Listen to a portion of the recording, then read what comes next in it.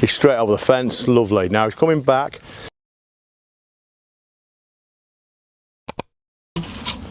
Hi, I'm Carl Anderson of Kugae Gundogs.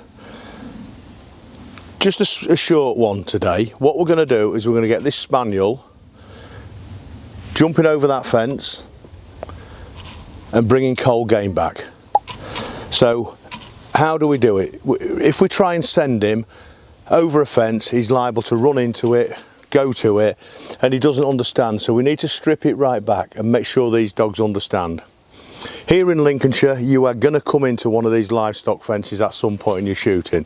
If you're up in Yorkshire, you're probably going to come into stone fencing and various other fencing throughout the country. But here in Lincolnshire, it's generally going to be one of these. And we still do have some barbed wire fences, which we've got to be very careful of, and we wouldn't want dogs to jump barbed wire. But sometimes they'll jump in, we can't help it. But we wouldn't purposely go and have a barbed wire fence. If we did train on a barbed wire fence, we'd have a rag over it or something over it, or we'd actually replace it, to be quite honest. So how are we going to get Cougar over there? Now Cougar's an experienced dog, so we're going to use him for this. But how we would do it with any dog, we would bring him up, Cougar, and I would come over the fence, and he'll jump with me, you see, so we know we can do it. Cougar. Cougar, Cougar, Cougar, Cougar. Now that's great. So this little spaniel can do that. Come here. This little spaniel can do that. But he's got to be able to do that with a partridge in his mouth or a pheasant in his mouth. You know, a good sized cock pheasant is quite a bit of weight, and he's got to do it. So we'd have to build up his neck muscles. And the way we would kind of do that is let him carry around a heavy dummy in training, but that's another video altogether.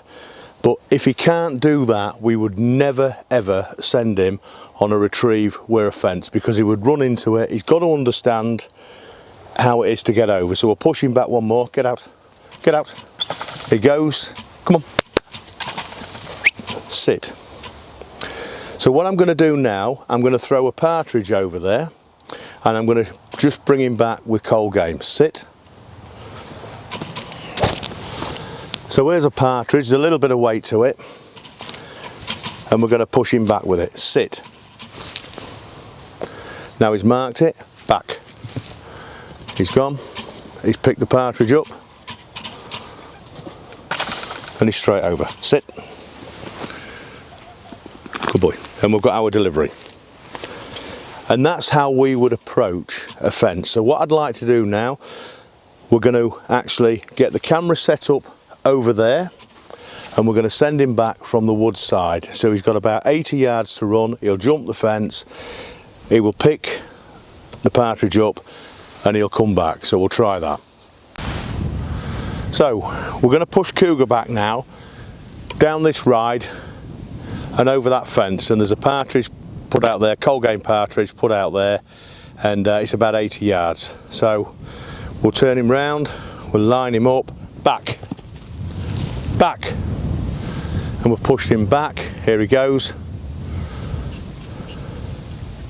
He's straight over the fence, lovely. Now he's coming back. Remember, he's got the weight of that partridge in his mouth now, and there is some weight to it, so it is going to affect his balance. He's coming back to me absolutely beautiful. I've got the perfect, sat there, he's handed me it. Brilliant. So, heel.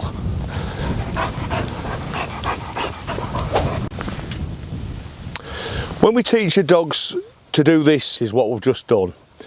We've got to take things into account. This is an advanced gun dog. This is a trained gun dog, and he's in the field, and he's done really well for himself. We wouldn't send an inexperienced dog over fences like this and want them to jump anything. We're in a position with Cougar, if we put the whistle on, the sit whistle, we can stop him in his tracks.